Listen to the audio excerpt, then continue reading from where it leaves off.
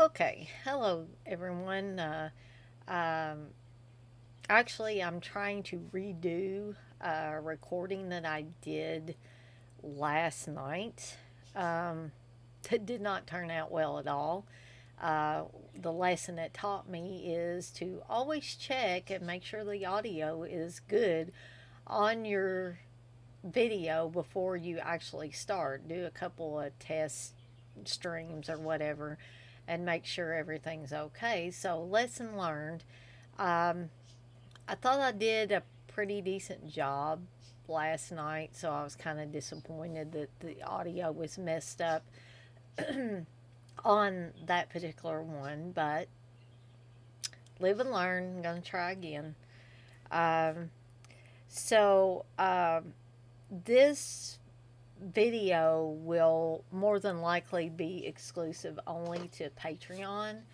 Um, so it I may put it on YouTube for a few days or something. Uh, I'm not really sure yet, but right now my thinking is that it will be a Patreon exclusive for those of you that are interested in getting one of the upper tiers, which is where this exclusive content will be available. Um, so I am going to do a live stream this Friday, April 23rd at 7 p.m. Eastern Time on the films of Toby Hooper, which was a suggestion by someone that was in one of my previous live streams. So we're going to talk all things Toby Hooper, Texas Chainsaw Massacre, and beyond. So I'm probably going to have to go back and rewatch some of the films and also look up so I don't miss any.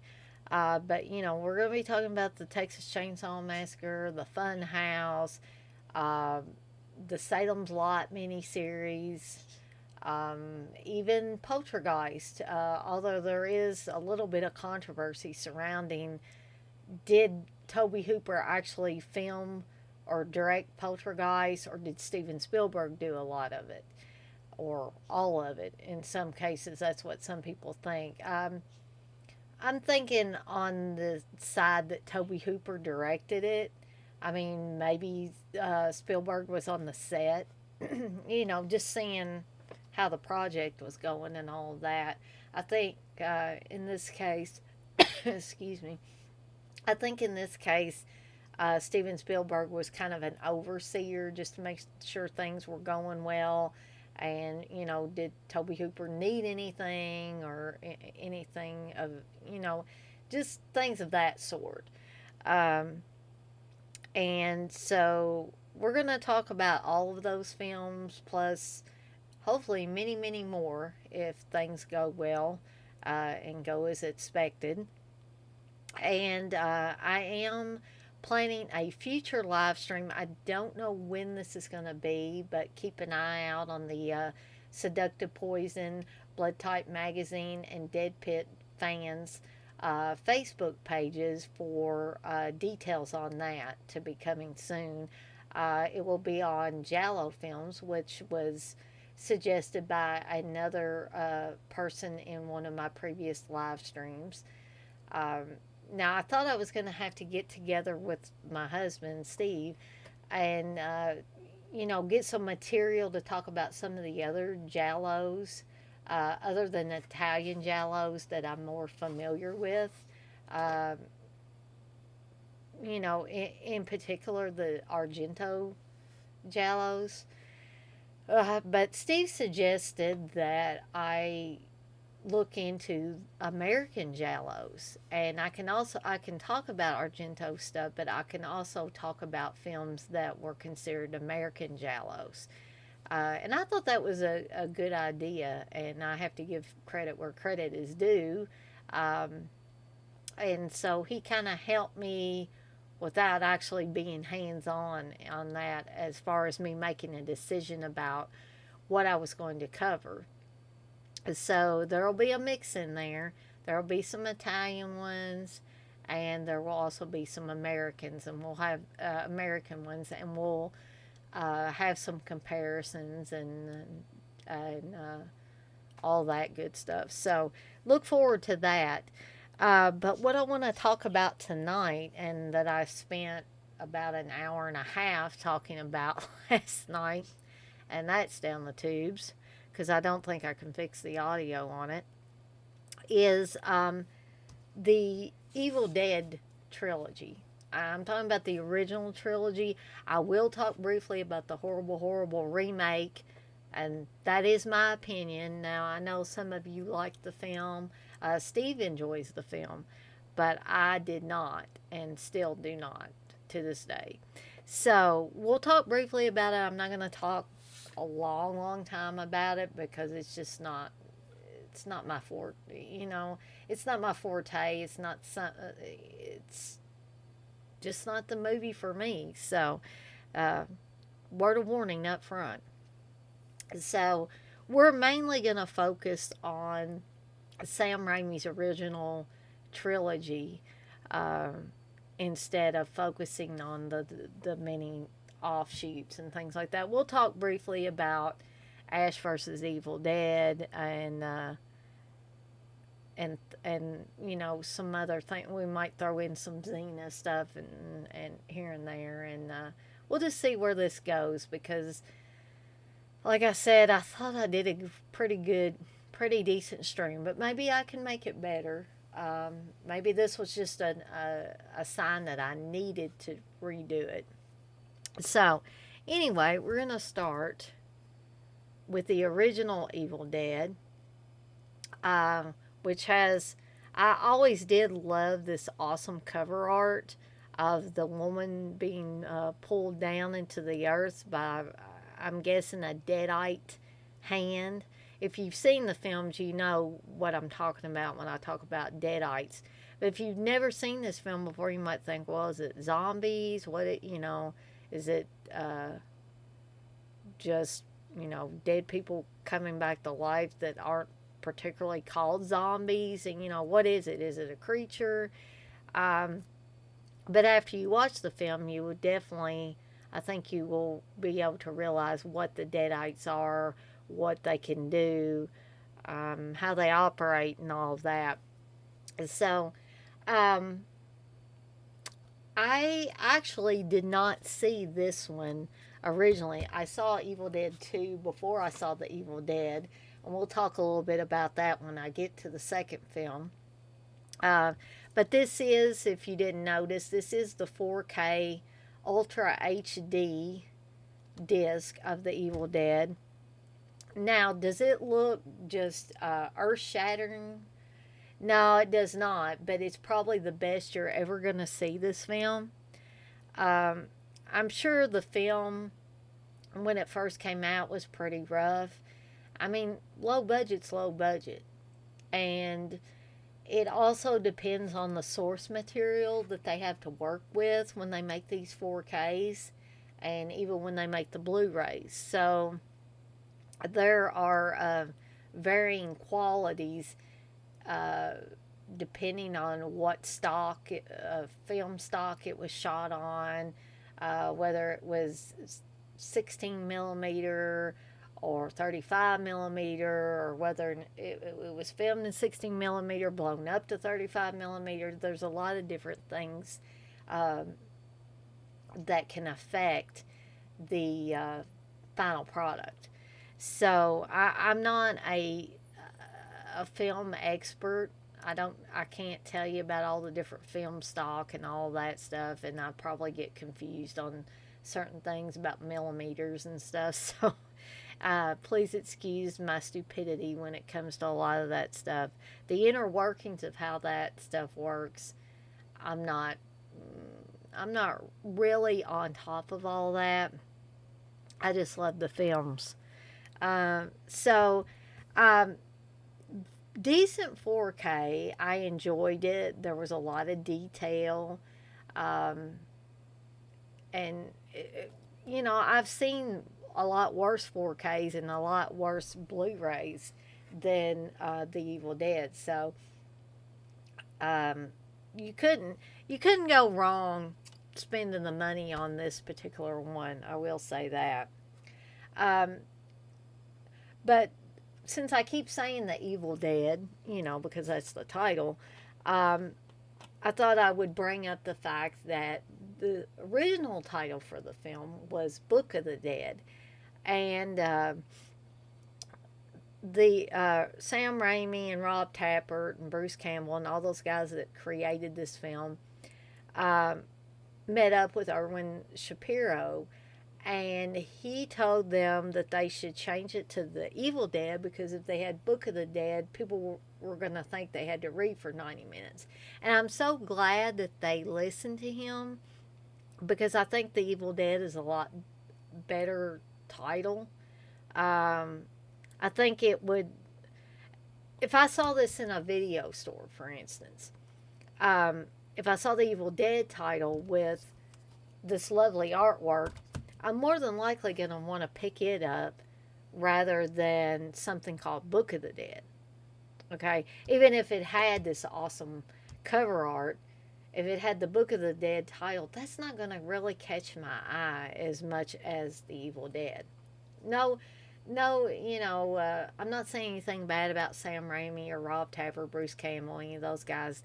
Um, it's just that, sometimes fate intervenes, and I think in this case it was very helpful to the success of the movie.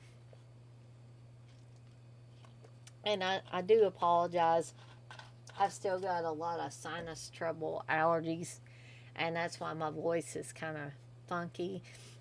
And I've got, all the stuff that goes along with it, so I sound kind of like I'm stopped up and all of that. So I apologize in advance for that. But that's why I'm also keeping my throat lubricated because anybody that knows me knows I like to talk a lot. And so my voice starts to go after a while, and then I have to have something on my throat. So, anyway, um, speaking of titles that could have been used for the Evil Dead, um, back in 2000, I think it was 2004, I went to a Cinema Wasteland convention. Now, keep in mind, I didn't know any of the people that I know now. I didn't know Steve, of course. I didn't know the Dead Pit guys. I didn't know any of that crew that I hang around with when I go to conventions nowadays. So I was kind of on my own at this particular convention because I didn't know anybody. And, I didn't know about, after parties and hanging out with people. And, I was just going to meet some of my favorite horror people.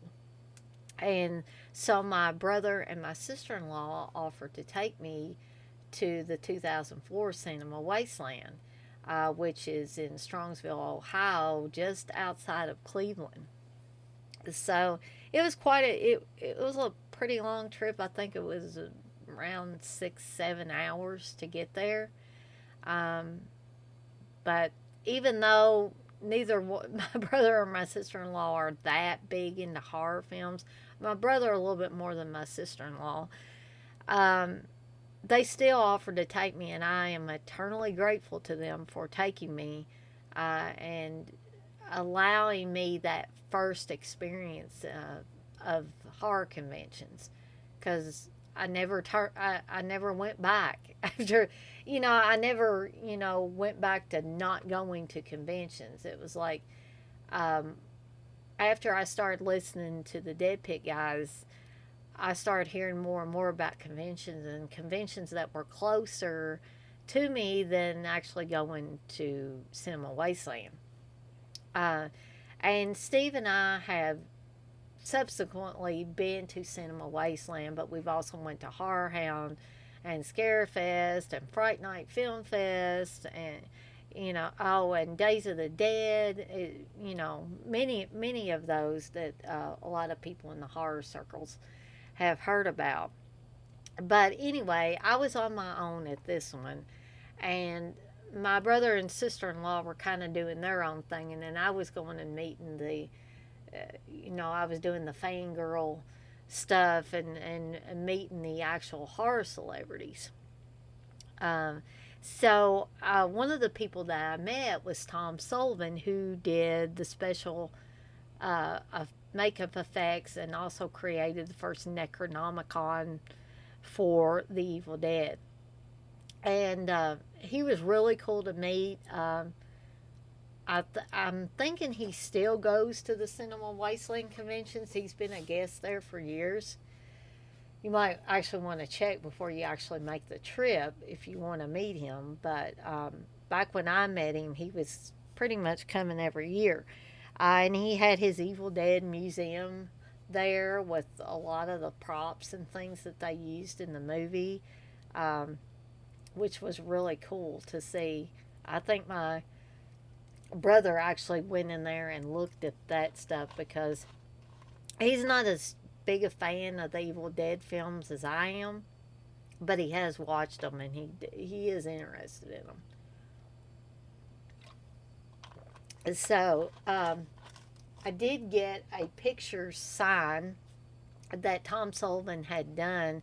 I believe it was a picture of the Necronomicon, and he talked to me for a little bit, and he was talking about the change in the title, and he said his idea for the title of what became the Evil Dead was "Lick the Blood Off My Shovel," which I thought was absolutely hilarious. And some of you that are watching this might have actually gotten to see Tom Sullivan or meet Tom Sullivan, and perhaps he told that story to you as well. But that was an amusing anecdote and, really added to my visit to that particular convention. I also met the Last House on the Left of Baddies at the time. They were the big, uh, I guess, headliners for that convention that year. Um, Actually, Wasteland has an April convention and an October convention. And I'm trying to remember. I want to say I went in October, but it could have been in April. I'm not sure if they still do two conventions. I'm assuming they do, but so I got to meet, David Hess and Jeremy Rain, Fred Lincoln, um, all those guys. And sadly, David Hess is no longer with us, as I believe Fred Lincoln has passed away as well. But something else I remember about that convention, that first convention for me, was the fact that the stuff was not that expensive unless you were buying stuff from vendors like t-shirts and things like that were still a little bit on the expensive side. Of course, that was before I met T-Shirt Joe of Fast Custom Shirts, and he has great prices on his shirts, by the way. Um, so everybody go out and buy one from him. But the vendors were a little on the expensive side. But as far as the autographs that you were getting from the horror celebrities, um, I don't think any of them were over $10. That's almost unheard of now. Occasionally, you might run into somebody that'll only charge you 10, but it's very, very rare. And I think I kind of got spoilt to that because as time went on, and I started going to more and more conventions, uh, the price to get in went up, the price per autograph went up, and then you got photo ops added onto that. And some people have some outlandish prices. And let me stop and talk about Ted Raimi a little bit because Ted Raimi is Sam Raimi's brother, and he is in many of his films, and he does play a central character, an evil character in Evil Dead 2, which I'll talk more about here in a bit. But um, I don't want to sound like that I'm saying really bad things about Ted Raimi because he is a nice guy. Um, and, he didn't treat me badly when I met him. But the thing is, if you were to go back in time a little bit, um, to when Ted Raimi was first showing up at conventions, and unfortunately, I didn't get to meet him until later, when he finally was able to come to a convention that was close enough for us to go to. Some previous conventions he had had to cancel because of work, movies or television shows or whatever he was doing um, at the time. And so I finally got to meet him, and thank goodness, for them. I believe it was at Horror Hound. Thank goodness for Horror Hound posting the autograph prices and the photo prices and all of that before you went, because you already knew pretty much what you were in for. And so I found out through the grapevine that, and people feel free to correct me if I'm wrong, but my recollection is that Ted Raimi was charging $40 for an autograph and another 40 for a picture. That's $80, people. $80. And so I don't know who came up with these prices because, like I said, if you go back in time a little bit to when Ted Raimi first, kicked into high gear of going to these conventions on a regular basis, he was not charging nearly that. 1 or 2 years down the road, he's charging 40 for an autograph, 40 for a picture. And that's using your phone or your camera to take the picture. So that's not even a photo op. That's, $40 to use your phone to take a picture or to have someone else take a picture of you with him. So again, I don't know if this is something he decided. Somebody told him he ought to be charging this. Either a handler or somebody who manages him. I have no idea. Uh, but I was a little bit disappointed in that. And also, like I said, he did not treat me bad at all. He was very uh, cordial and, nice. But he was really, really reserved. And I think Ted Raimi's a little shy, so maybe that factored into it. Um, or maybe it was me. Maybe I just wasn't saying enough stuff, interesting stuff, to get him to talk. But he did not talk much. And I don't like to take up too much of their time, so I'll talk a little bit and then get the picture and or the autograph and go on my merry way. So that's what I did. I did not get both the autograph and the photo because I already had his autograph. Um, so I just asked to get a picture with him, got the picture, shelled out my $40, and that was that. So back to the Evil Dead 4K. Um, there's not a whole, this is not packed with special features. So if you want some more special features, you're probably going to have to pull out your old Blu-ray copies or, or DVD copies or whatever that you may have. It does have audio commentary with writer-director Sam Raimi, producer Robert Tappert, and star Bruce Campbell, which is, it's worth it. I just wish that they could have had more special features on this, maybe some newer special features, because I can't recall how new this commentary is that is on here. But yeah, it is. It's a fun little movie. It's a darker movie than the other two that I'm going to talk about. So you may be surprised if you watch one or both of the sequels to this before you watch this, because I watched Evil Dead 2 before I watched the first Evil Dead. And so it was kind of a really big switch. Um, One of the dark things that's in the Evil Dead is the tree rape scene. Um, and excuse me, my dog is having a fit over here, so uh, unfortunately, I'm gonna have to step away for a little bit, and I will be right back.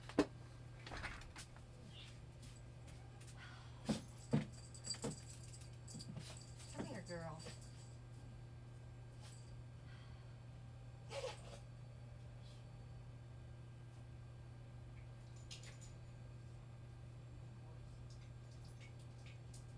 Okay, they're not gonna bother your stuff, okay? They're not gonna bother your stuff.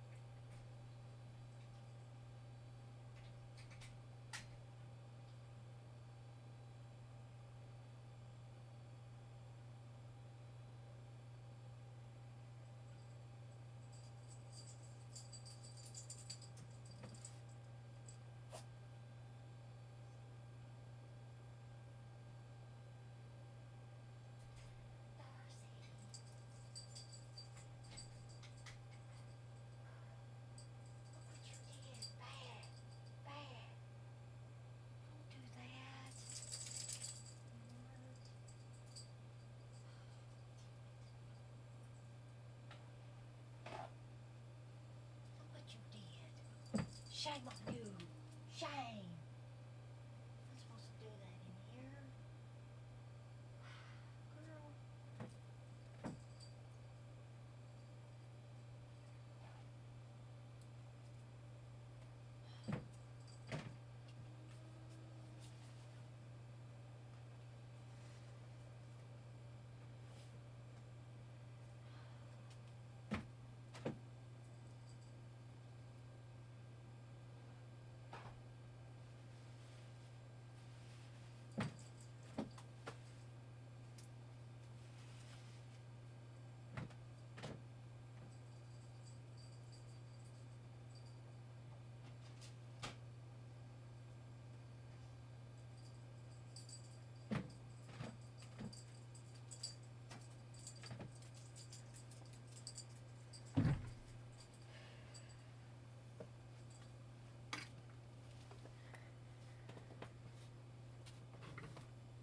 Okay, I do apologize for that. Of course, this is going to be edited down before I put it out. Um, anyway, that was a rather long delay. Uh, but anyway, before I had to step away, I was getting ready to discuss the tree rape scene that occurs in The Evil Dead. Now, over the years, I don't know if somebody has made Sam Raimi feel guilty about this. He's had second thoughts about it, whatever. Um, but there have been articles, interviews, something of that nature where he has pretty much said that if he could go back in time, he would not have this in the film. And as usual, I got to step away again. One moment.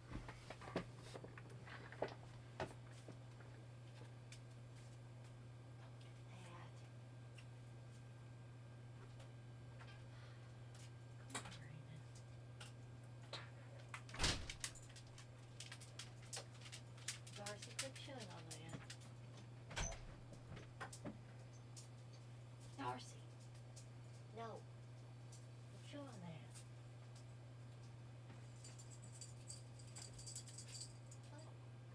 Now, how did you get out of your shirt? Goodness.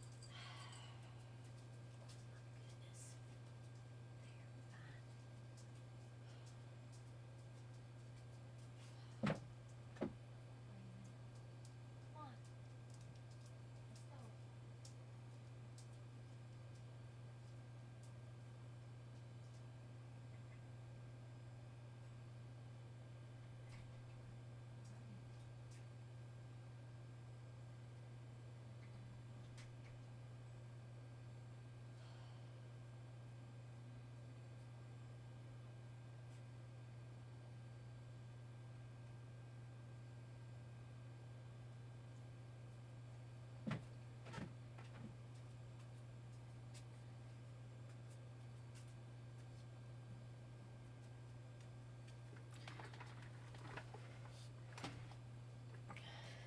So is the life of having many dogs in your house. Means many interruptions. Dogs are not like cats in any way. So, cats can be sort of independent from you, and they can get on your keyboard and stuff like that. But you're not. I don't think people with cats are constantly up and down when they're trying to do a video stream or a live stream or anything of that nature. Anyway, back to the tree rape scene. Um, I don't think that it's essential to the movie, but I don't think it hurts anything by being there. It actually, in my opinion, shows you how really how evil these deadites are. That they will possess trees that cause these said trees to attack you and violate you. And I think the tree rape is filmed in such a way where it, even though we know trees don't rape people, it looks realistic in a sense, or realistic enough that it's disturbing and gritty and dirty and, almost nearly on par with other rape scenes that include only human beings in the rape scenes. So it's very, very disturbing. I think it works in the film. Um, and I really don't think that Sam Raimi should feel guilty about it. I mean, I can't tell him, hey, Sam Raimi, don't feel guilty about putting that tree rape scene in there. But um, I, I don't think that it takes anything away from the film. Um, I, it's almost one of those things where you don't want to look, but you want to look, and through word of mouth by people that have not seen the movie before, and you tell them about this, um, unless they're really, really squeamish, they're going to be curious um, exactly what this scene is all about. I mean, you can say tree rape all day long, and that doesn't necessarily mean that somebody's truly going to understand what you're talking about until they actually see the film and see that particular scene. So,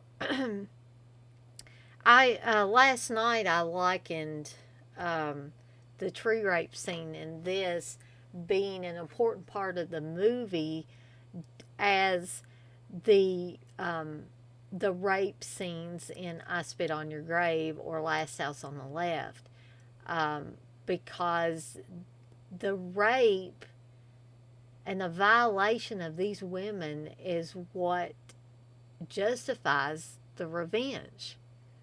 And I think in these two particular movies, it is essential because without the rape, why would you have the revenge? I mean, what are they getting revenge for?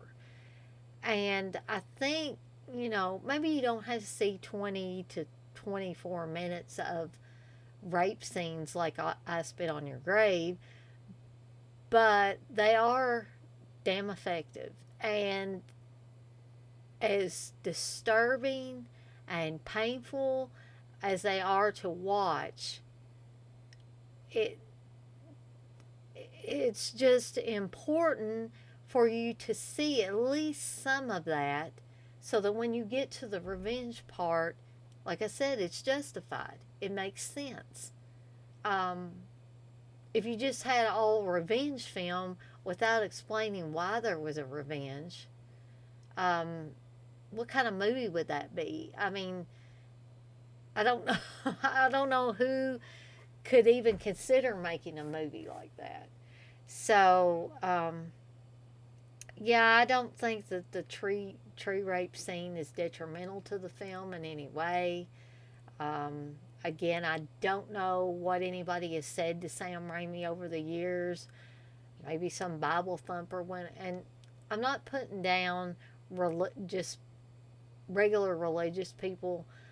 When I say Bible thumper, I'm talking about fanatics, religious fanatics that go around saying everybody's going to hell but them because everything they're doing is bad.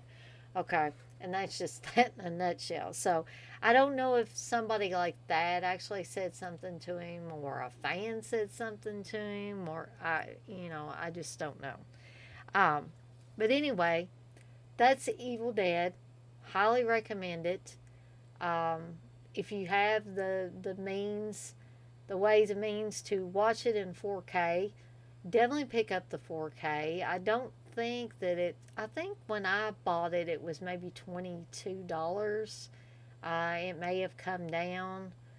I haven't actually looked at the prices of it lately, or really any time since after I bought it. But it's definitely worth the money. Um, like I said, if you have the ways and means of being able to play it.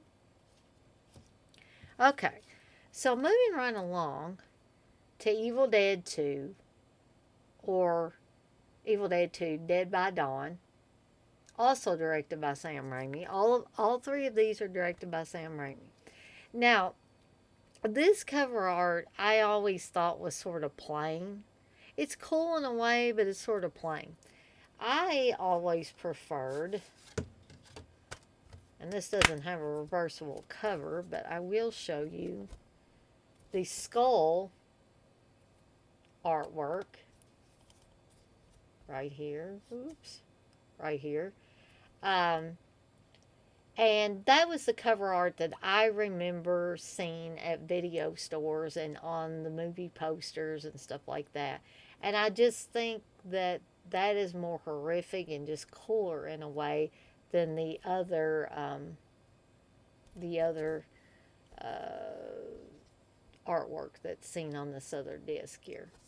Okay, so, and by the way, both of these, the Evil Dead 2 and the original Evil Dead, both have a 4K Ultra HD, a Blu-ray, and digital.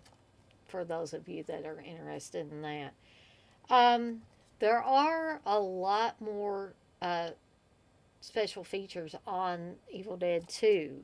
We have Bloody and Groovy Baby Tribute to Sam Raimi's Evil Dead 2, audio commentary with writer-director Sam Raimi, actor Bruce Campbell, co-writer Scott Spiegel, and special makeup effects artist Greg Nicotero, which is a really, really good commentary. I believe this is archival commentary, but when you get all those guys together, um, it it just makes for an awesome commentary. Now, over the years, I've listened to some commentaries that are just good, some that are awesome, and some that are so mundane and boring. I can't even. I don't know. I don't. It's like it's a struggle to get through it. It's like one of those boring books that your English teacher asks you to read. Like back when I was in high school, that my senior English teacher asked us to read Tess of the D'Urbervilles. I don't know. It just was not the book for me. Maybe it is for some people. Maybe some people consider it a classic, but it was boring as all get out to me. So that's how some commentaries are. They're like that book your English teacher made you read that was so boring you could barely stay awake and barely make it through. Now that's on the 4K special features. Now, the Blu ray disc has some more special features uh, for those of you that crave the special features. Swallowed Souls, The Making of Evil Dead 2, Cabin Fever, Behind the Scenes of Evil Dead 2, Road to Wadesboro, revisiting the shooting location with filmmaker Tony Elwood, Evil Dead 2, Behind the Screams, The Gore the Merrier, still galleries, and audio commentary.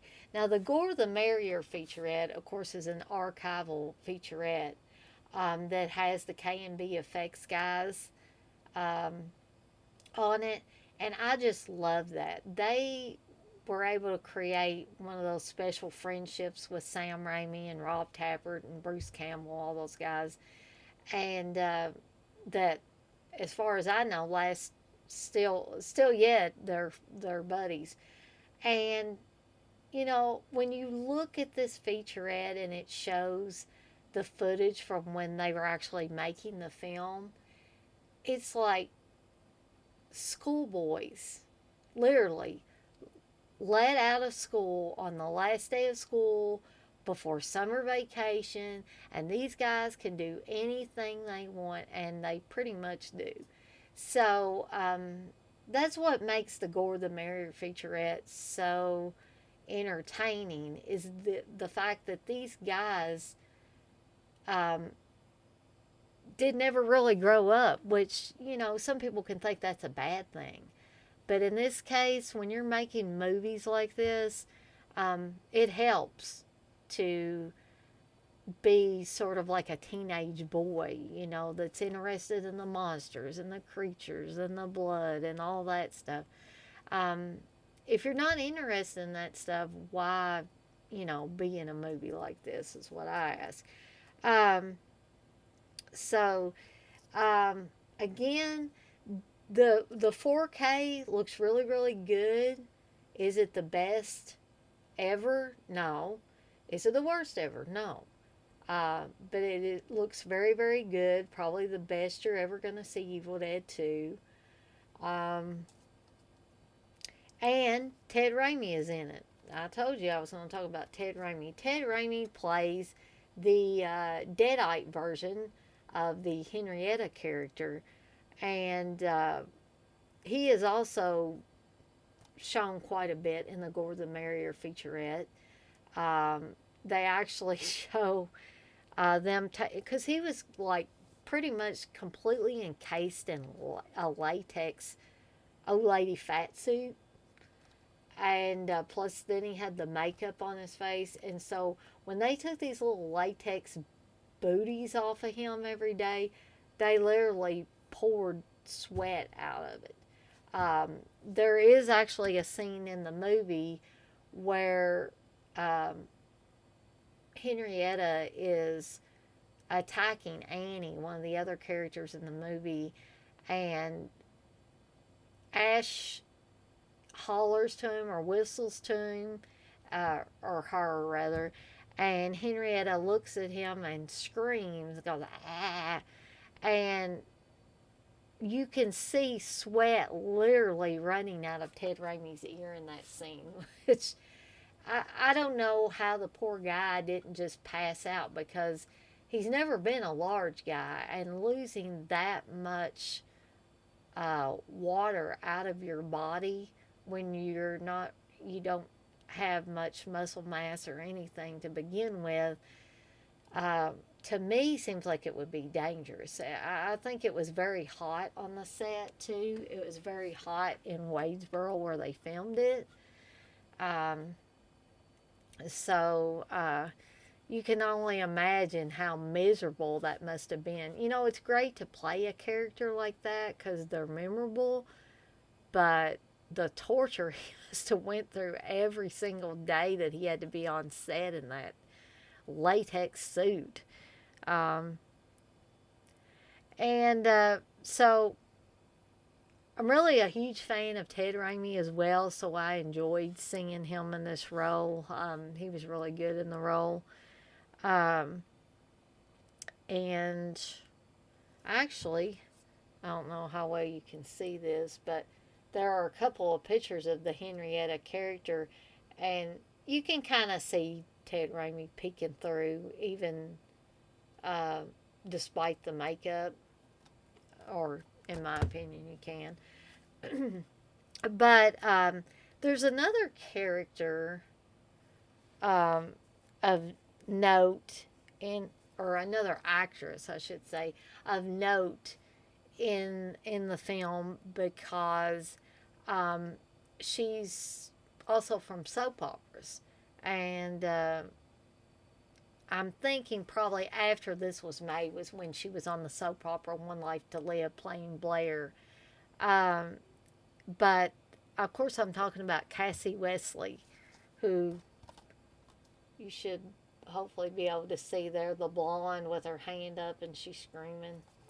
So, Cassie Wesley, she must have been game for anything, because she's also shown uh, a little bit in the Gore the Merrier featurette, and she acts like she's having a good time, and she gets a fake eyeball in her mouth and everything, and so and she gets dragged through the woods. Now you don't see her getting raped by the trees like Ellen Samwise's character um, of Cheryl in the original Evil Dead, but she does get dragged through the woods with vines kind of going under her skin and going under the skin on her face, and all of that. But I mean, really, you have to be a good sport and at least kind of enjoy it to be able to make these movies. Cassie Wesley was actually at a convention some years later, and I wish I had went up and met her, um, because I think whatever convention this was, I can't remember if it was a horror convention or it was like one of those fan conventions. Um, it may have been one of the fan conventions, but I didn't really want to talk to her about One Life to Live, but I did want to talk about her playing Bobby Joe, the character of Bobby Joe on Evil Dead 2. But something I've always wondered about, and I maybe would have asked her this if I had met her, was why were you with Danny Hicks' character? That made absolutely no sense to me. But maybe in Evil Dead land, things are different. But um, not only did you have the Henrietta character played by Ted Raimi, but you also had an Evil Ed character who gets the top of his head cut off and like blood, or not blood, green goop comes out everywhere. And something I forgot to talk about when I was talking about Evil Dead. Um, the way to kill the Deadites or to kill someone once they're possessed by the Deadites is total bodily dismemberment.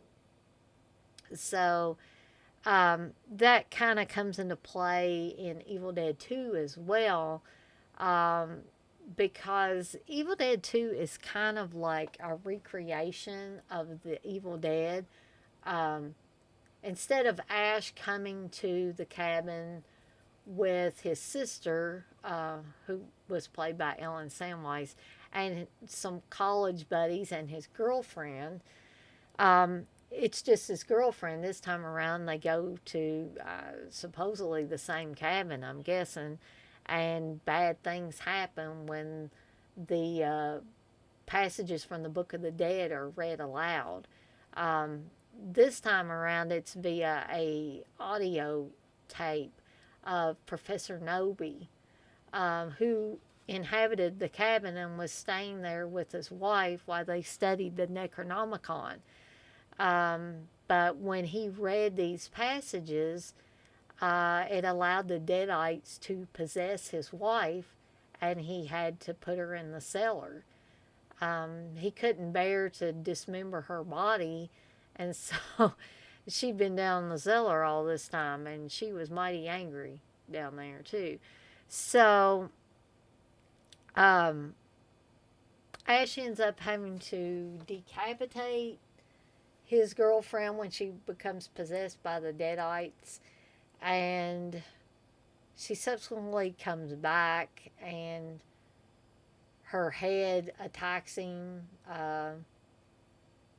at one point, and then finally he just has to completely, get rid of her completely. So there's a big I I guess it's an extent, well, not extended in terms of they added to it. I'm just saying there's an extensive sequence of him fighting with his deadite possessed girlfriend, and and then his hand gets possessed by the deadites, and he has to cut his hand off with the chainsaw. And one of the things that I guess the ratings board basically told Sam Raimi was, if you use a lot of red blood, you're not going to get an R, you're going to get an X. So what he did to get around that was to use a lot of green goop or green blood. Just, try to use the least amount of red blood that he could use. So, for instance, when Evil Ed's head is cut off, the top of his head is cut off, you have green goop flying out of the head. And I guess that gave it a more, comedic quality to it, more slapstick. And I did mention this before, but Sam Raimi was always a huge fan of the Three Stooges, as were Bruce Campbell and Rob Tappert, all the guys they hung around with, Scott Spiegel.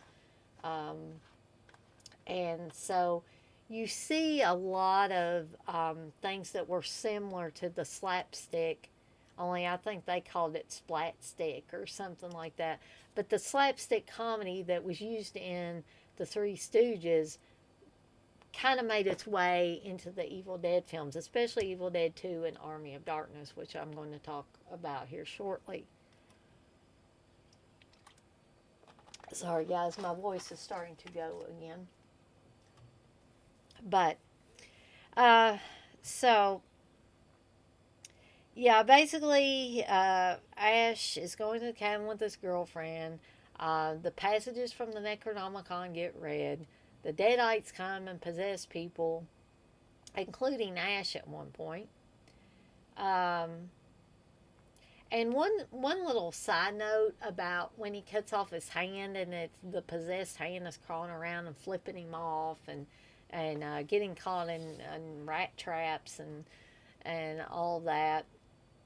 Um, and flipping Bruce Campbell over.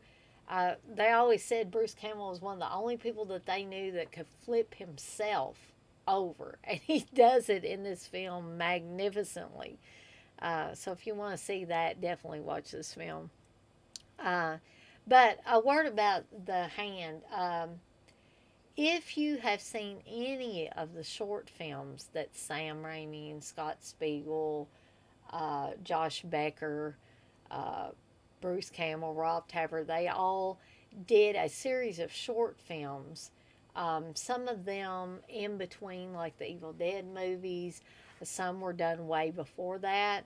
I actually got my hands on a copy of pretty much all, or copies of pretty much all of Scott Spiegel and Josh Becker's and Sam Raimi's short films that they did, um, which is very, very entertaining. You can see where their talent was starting to come out, even in these early films. Now, were they the best made films? No. And they used sound effects from other, like television shows and movies at the time. Um, but as far as I know, these were never like distributed like these movies are distributed. And I'm not even sure if you can buy them anymore. I bought them, I think, a couple of years ago. There was a site, and if anybody wants to know the site, you'll have to let me know, and I will um, try to find that site again and see, if you're interested in buying it.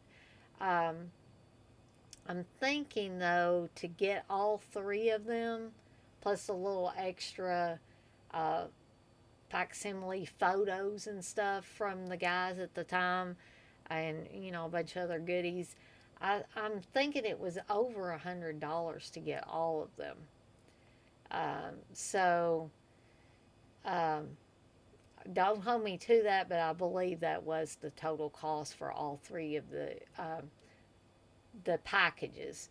Now they have more than three discs. I think there might be 2 to 3 discs per package, so you're getting quite a lot of stuff, um, plus some extra stuff thrown in there. And like I said, these facsimile pictures. I mean, they were actual pictures at one time, actual photos. Um, archival photos, on set photos, things like that.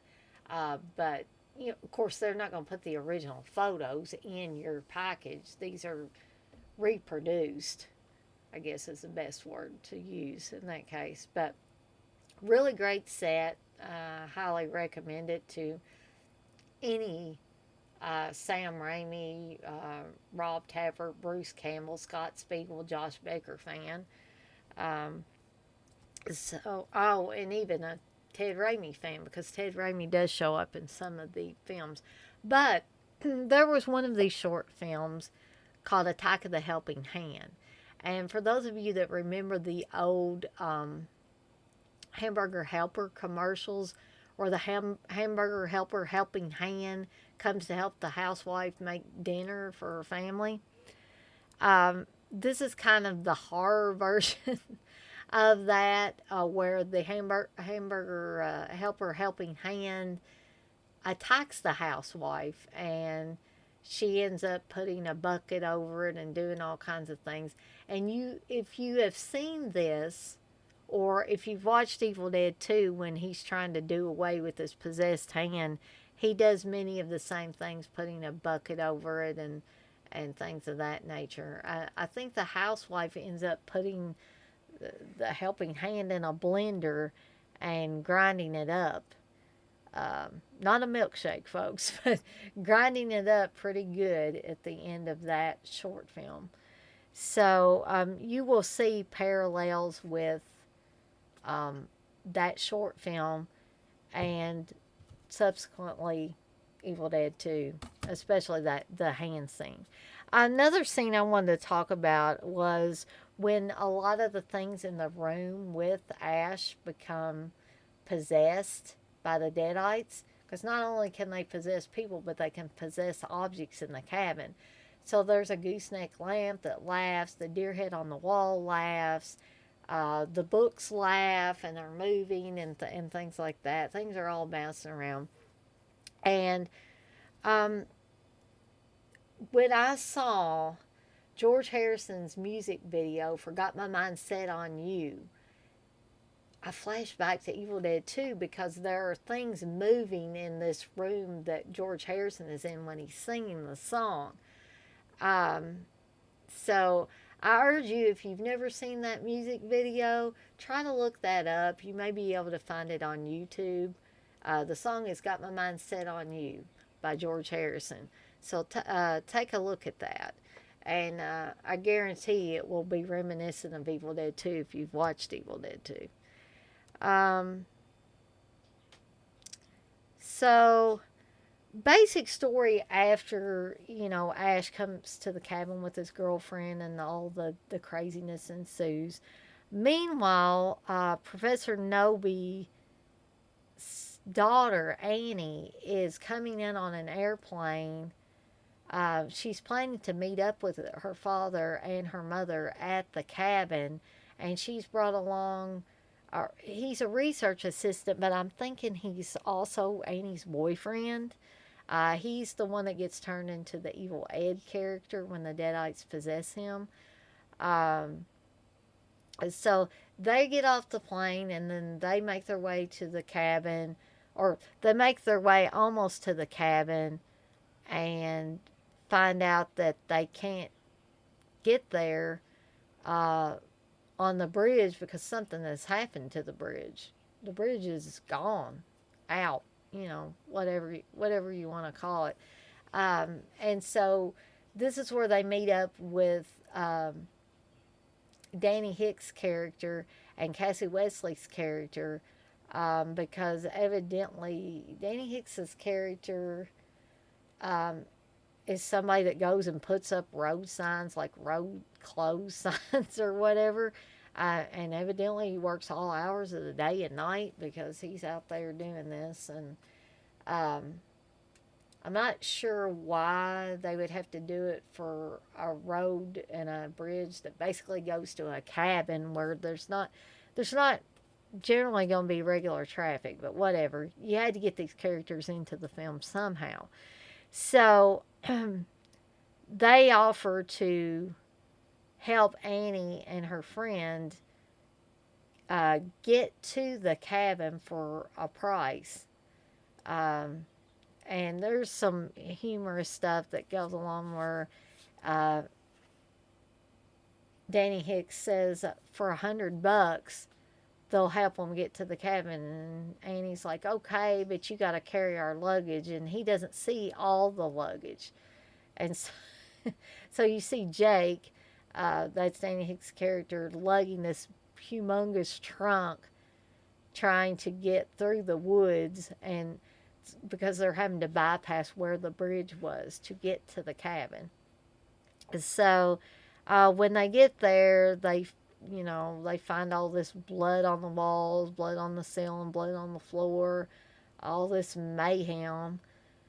And Annie's parents are nowhere to be seen, and they find Bruce Campbell's character of Ash, and they just assume that he has killed her parents.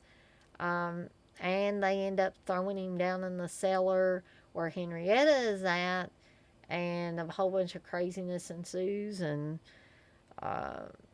It goes on and on and on. I'm not gonna like tell you every detail of the movie, but it is a very entertaining ride. Um, I love the way the camera work that Sam Raimi does. This fantastic camera work was also used on The Evil Dead. Um, and if you have not seen the films, you won't really know what I'm talking about until you watch them. So if you have not watched them, definitely watch them and see this fantastic camera work. Okay, so moving right along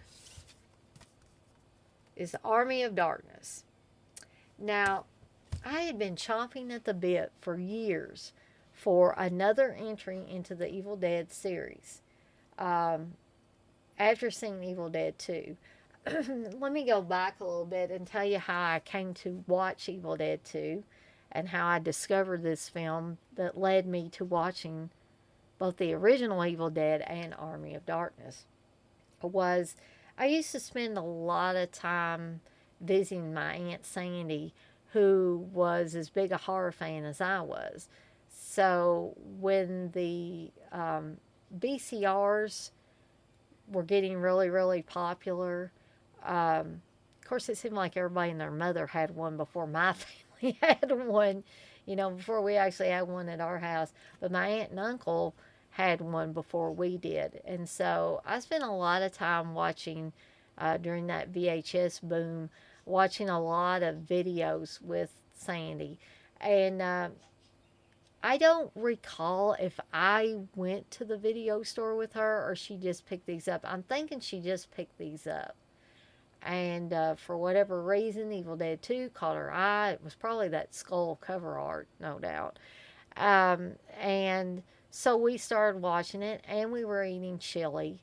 There's two things I remember about this the original watching of this film was watching it with her, eating chili, and having her pull an Afghan up over her face, trying to, not see it. It was one of those things where you don't want to see it, but you want to see it. And so I will forever remember that as a very memorable experience. Uh, so, uh, Back to what I was saying about Army of Darkness. I was chomping at the bit for the next new entry into this series. And around about 92, 93, I guess in 1992, the fans of this series finally got it in Army of Darkness, which, as I said before, The Evil Dead was a much darker film than the other two. Evil Dead 2 had some comedic elements in it. And although Army of Darkness does have some horrific elements, the comedy is more intense, I think, in this one than even Evil Dead 2. Um, and so this kind of picks up right where Evil Dead 2 ended. And for those of you that watched Evil Dead 2, you know that they ended in medieval times where the time rift that was open um, to suck the Deadites back in away from our time, also sucked Ash back in time to medieval times where these creatures were born. So at first they think he's, Henry the Red, one of Henry the Red's men, and Henry the Red and his crew are enemies of the main people in this village or kingdom or whatever you want to call it. And so they're taking Ash, Henry the Red, and all his guys to this pit, and they're going to throw them in the pit. And their hope is that the pit monster down there is going to kill them all. And one guy does. One guy gets thrown down there, and blood just shoots up out of this pit in a very spectacular way. I will say that. But Ash, who is a seasoned vet of two of these films already, um, has not only become very pessimistic and sarcastic, and pretty much hates all humanity and hates these people in particular. He calls them primitive screwheads and, uh, you know, pretty much treats them like less than people. Um, because I guess he's like, what the hell? I've been dealing with this for two movies. I'm sick of this. He's got that kind of attitude.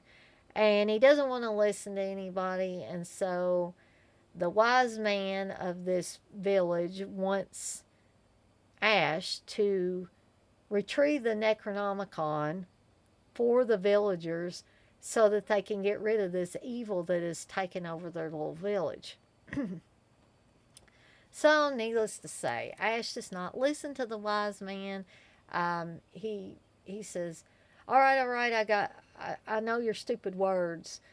But he didn't really listen. There are certain words or certain phrases that he's supposed to say when he takes the Necronomicon, or else all hell's going to break loose.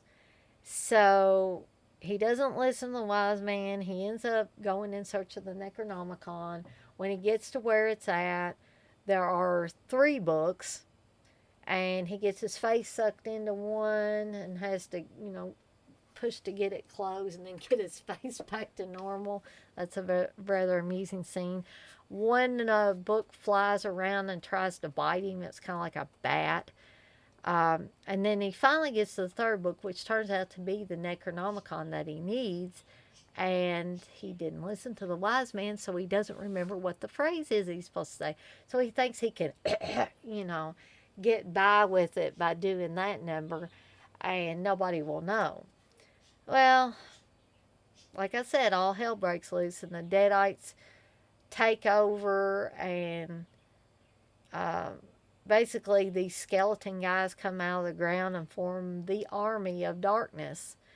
And so by the time Ash gets back to the village, they know that something's wrong. They know that he didn't do what he was supposed to do. So now the wise man's pleading with him, please stay with us and help us fight this evil, and I will get you back to your time. So he, gets with the villagers, and they fight off the army of the dead, basically. And then he gets his little potion to send him back to his time. Now, I wanted to talk a little bit about the cover art for this. Again, this cover art's pretty cool, but just pretty cool. The one that I like the best is this one right here, where it shows Ash almost shirtless with the chainsaw hand, and Sheila, who kind of becomes his girlfriend in the film. She's one of the ladies in the village, and you see the little mini Ashes stabbing his leg with forks and things like that. I always liked this cover art the best, just because it seemed to encapsulate everything that the Army of Darkness was. And it has the great tagline, trapped in time, surrounded by evil, low on gas. So, very classic artwork, in my opinion, on that one. And this is the only one that I do not currently have in a 4K format. If anyone knows where I can get my hands on a 4K of this at a reasonable price, please let me know. So this is the only Blu-ray that I have that I'm talking about tonight. The quality of this is very good. The sound quality is very good. The picture quality is very good. You get not one, not two, but 3 versions of the film if you get this from Screen Factory. Now, disc 1 has the theatrical version, which is rated R. It has New Medieval Times, The Making of Army of Darkness feature length documentary with over 20 interviews, including star and co producer Bruce Campbell, actors Ted Raimi, Bill Moseley, Patricia Tallman, and many more. Now, the thing I like about feature length documentaries, because you're kind of getting double your money's worth, because not only are you getting the movie, but you're getting a movie length documentary about the movie that you bought. So, I have yet to find a feature length documentary that is not good. So, and you get interviews with Ted Raimi, Bill Moseley, Patricia Tallman. I mean, awesome. Or I think it's awesome, and I think many fans of the series will think it's awesome. It also has the original ending, the original opening, deleted scenes, theatrical trailer, the US, of course, TV spots, and US video promo. Disc 2 has the director's cut, which is not rated. It has audio commentary with director Sam Raimi, actor Bruce Campbell, and co writer Ivan Raimi. Creating the Deadites featurette, behind the scenes footage from K&B Effects Incorporated, vintage making of featurette, and extended interview clips. Disc 3 is the international cut, which is also not rated. It is the only one, from what I can tell on here, that has a new 4K scan from the inner positive. It's not true 4K, but it's a 4K scan. You get the television version in standard definition full screen. Theatrical trailer, international, of course. Still galleries with rare behind the scenes photos. Now, a little note on the television versions of films. That's always good to watch those, and some people are probably thinking, well, why? Because they're cutting all the good stuff out. Well, yeah, they have to cut a lot of stuff out to make it palatable for TV audiences, um, and impressionable viewers, I guess. Um, but you also get extra scenes that were never really meant to be in the movie, but were probably more than likely shot because the director knew if it was going to be shown on TV, hey, they're going to cut some stuff out, so let's film some extra scenes, and then we can insert those into the television version. This has been done with a lot of films. It was done with Prom Night, when NBC showed it. Actually, Steve found a television edit of Prom Night, and I watched it, and I really liked the additional material that was in there. There was not really a lot that they had to cut out of Prom Night, because Prom Night's not an overly gory movie, but there were a few things. But these added scenes added so much to that television version that I know that if they were missing, that it would definitely, you would know something was missing from the film. Halloween and Halloween 2 also did, and there's probably many more, but those are the top ones that that are in my mind right now. So I encourage you, when you can, to watch the television versions of films and compare them with the theatrical release, or maybe even the director's cut in some cases. Um, but yeah, I basically told the plot of this, so I'm not going to go into any more real detail. Um, but if you've never seen it, if you've never seen any of these, I highly recommend you go out and get them. I know I'm a little biased because I love this series and all, um, but they are really good, really entertaining, um, popcorn films, essentially. Um, that's what I think of them as. It's a movie that's good to eat popcorn and sit around with friends in the basement and watch.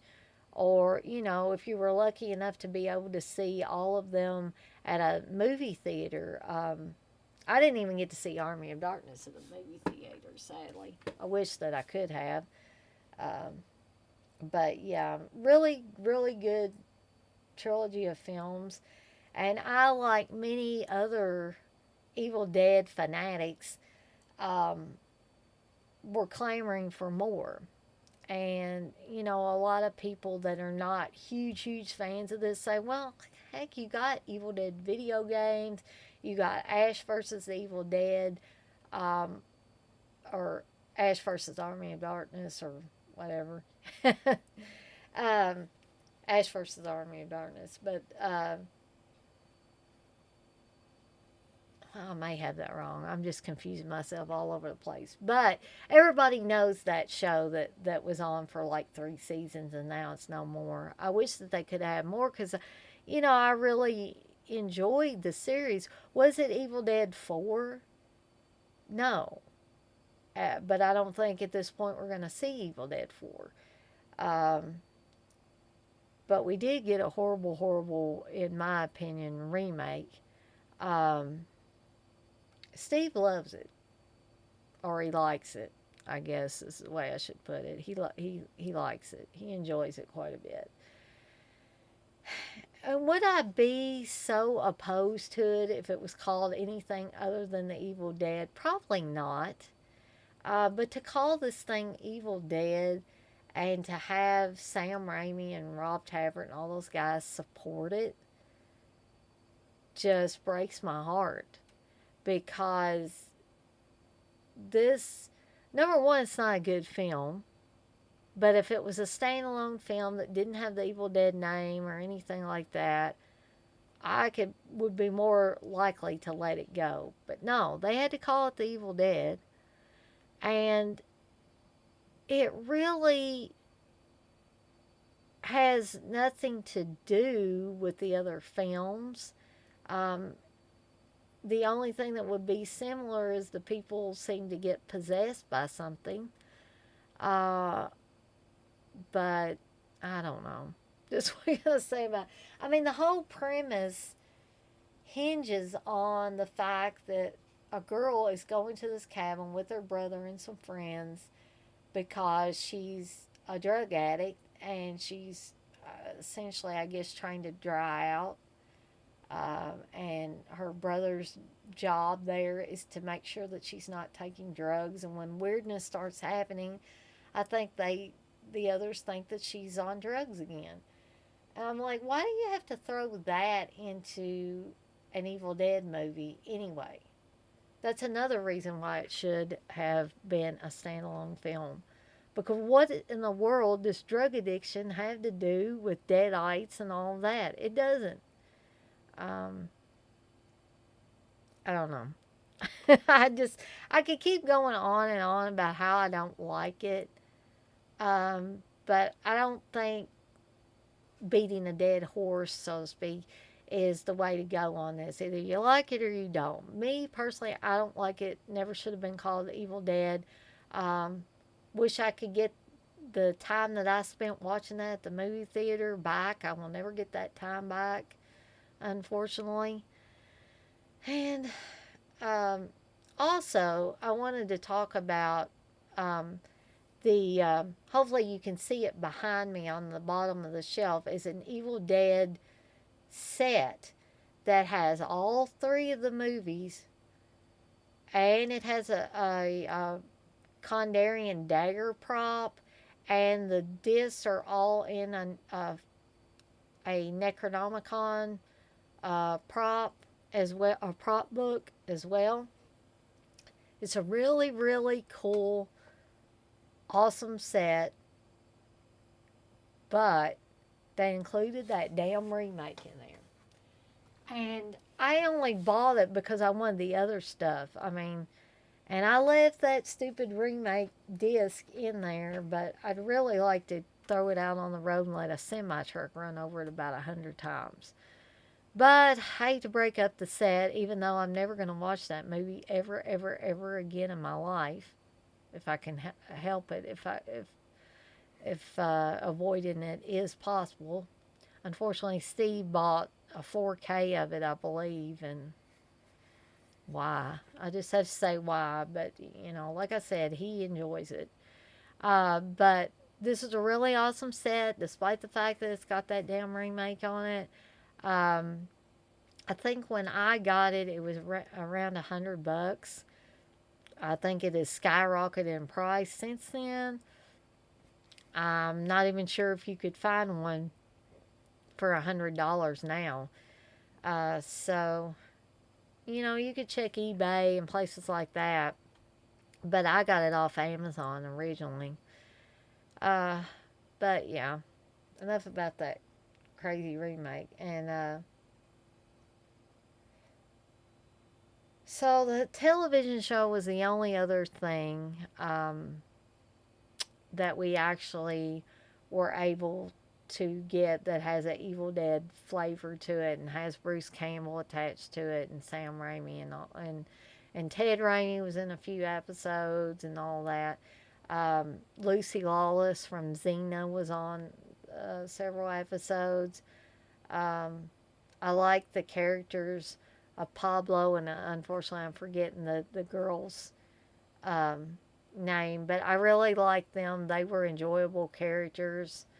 Um, I really liked them showing where Ash has been all this time since like all the craziness of the earlier films happened and what's been going on with him since then. So um, yeah, I was gonna bring up before I get off here because it is almost 11:15.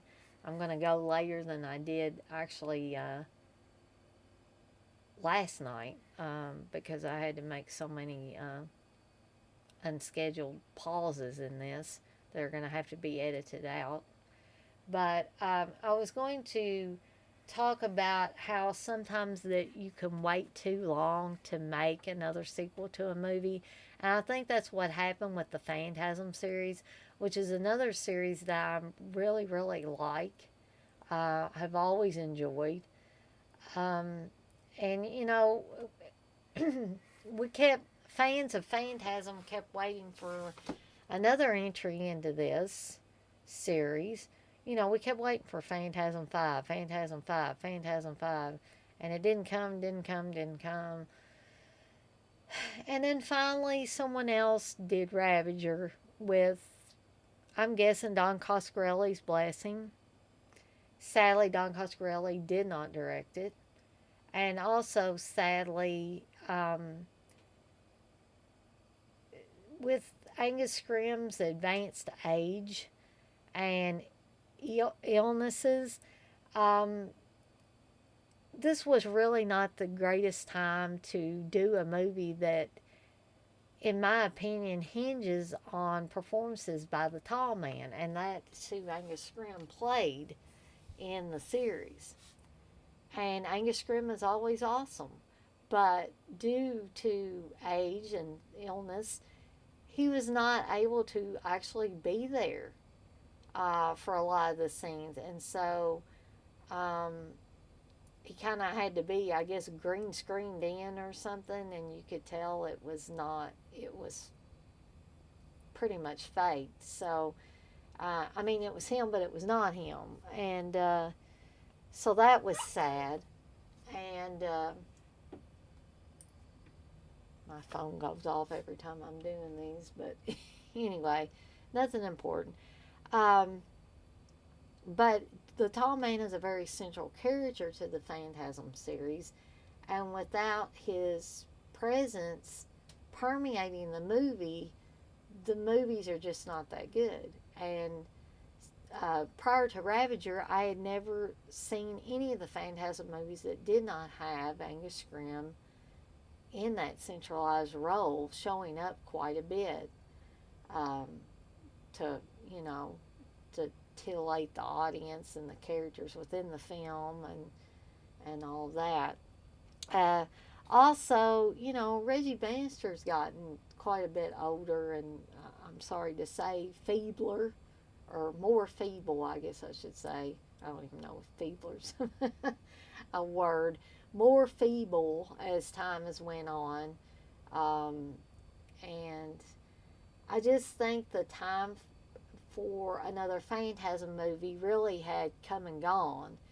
I was glad to get another Phantasm movie, but then I was sad at the same time when I watched it. I was like, this is what has become of the characters.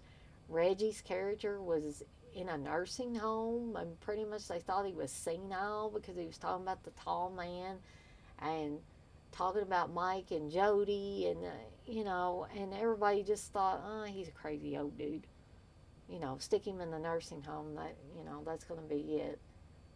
Um, I believe it was a nursing home. I don't think it was a mental hospital. Everybody feel free to correct me if you know otherwise.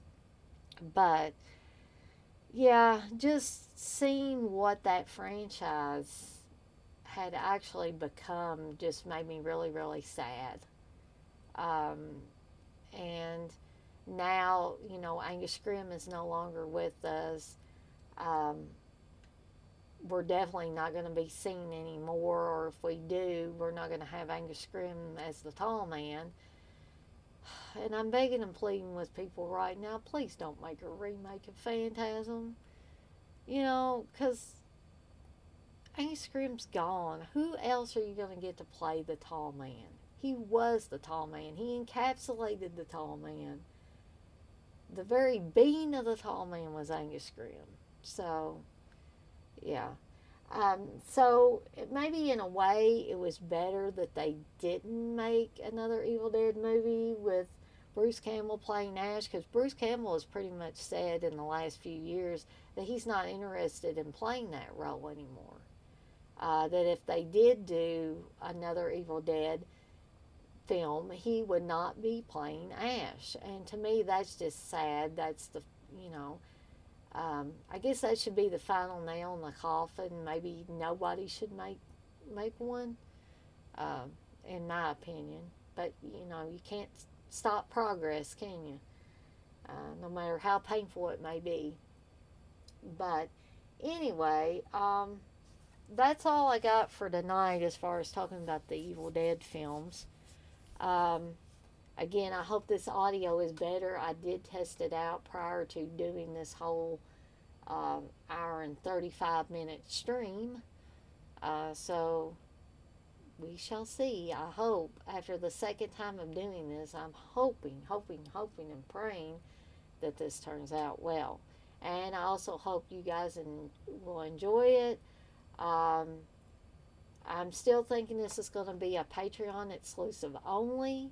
So you will have to join one of the last two tiers of Patreon for Seductive Poison, Blood Type Magazine, to be able to experience this discussion of the Evil Dead trilogy. Um, so be sure to check that out. I have links to my Patreon on the Seductive Poison, Blood Type Magazine, and Dead Pit Fans Facebook pages. So you can look that up there. Just click on the link to go and get signed up for a tier. And you guys let me know if there's some, particular series, film series, or anything else horror related that you'd like to hear me discuss, or what my opinions on it. I don't know why actually, but yeah, if you do, please let me know. I'm planning on doing the Toby Hooper films live stream this Friday, April 23rd at 7 p.m. Eastern Time, so check that out. And also, be doing a future live stream, I'm not sure when, on Jello films, including some American Jellos. So stay tuned for that, or for news of that. And I thank everybody for watching this and supporting my Patreon and supporting all these little endeavors that I'm taking on here lately. Hope to see all of you guys real soon.